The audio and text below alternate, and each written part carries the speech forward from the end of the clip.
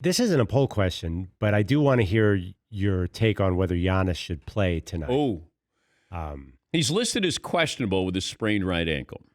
You're down 3-1. You went into overtime without the Greek Freak to pick up that victory. I don't want to play him. I wanted to play him more minutes, and maybe they wouldn't have been in this position to begin with. And I don't understand the logic here. You know, even Chris Middleton it felt like on a minutes limit. And then all of a sudden he went off last game and, had to play more and played wonderfully.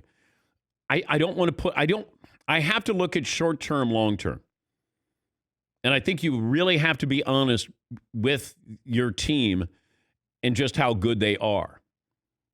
Because I don't think they're better than the Heat. Thought the Heat had a great chance of winning this series when it started. But I don't want him out there if there's a chance that he can make it worse. Now, granted, it's an ankle. It's not an Achilles, not a knee. But I don't want him out there. Yeah, McClub. Side poll question / overreaction to the Bucks winning without him. Is Giannis built for the playoffs? Well, he needs a signature move. In the regular season, you get to run up and down the floor.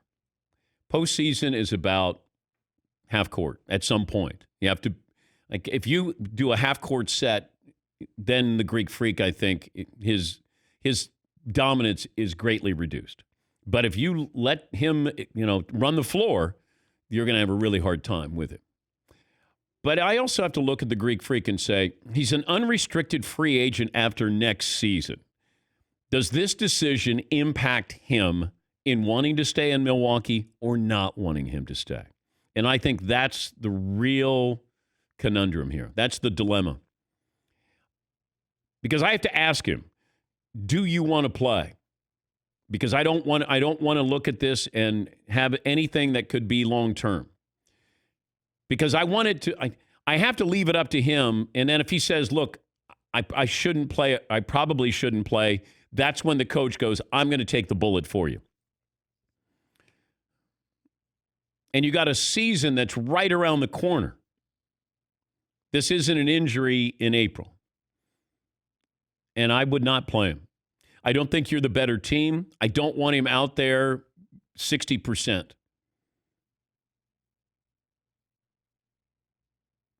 But look, even if he plays tonight and he plays well or they win, that ankle injury doesn't go away. Just because you tape it up, you may shoot it up, you ice it, you do all those things. That's one of those things that stays with you for a little while longer. And all it takes is a little tweak here or there. And if I'm the Heat, I'm going right at him. I'm going at him every single time down the floor.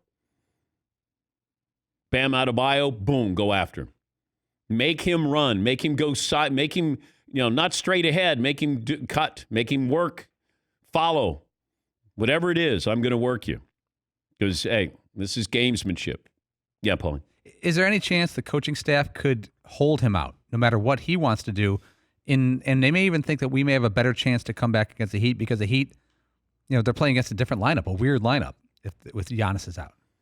Yeah, and that was weird because, there was a 2-point game at halftime, and it felt like Miami didn't know how to combat a Milwaukee Bucks team that didn't have the Greek Freak out there. As strange as that is going to sound, the 2-time MVP not being there, Milwaukee became a more dangerous team or a tougher team to match up with. Because the whole philosophy is get back on defense, set up this wall so the Greek Freak can't get to the hoop. Now, all of a sudden, you're doing that or used to doing that. That's your game plan, and then you don't have to do it. And Milwaukee was making shots, especially Chris Middleton.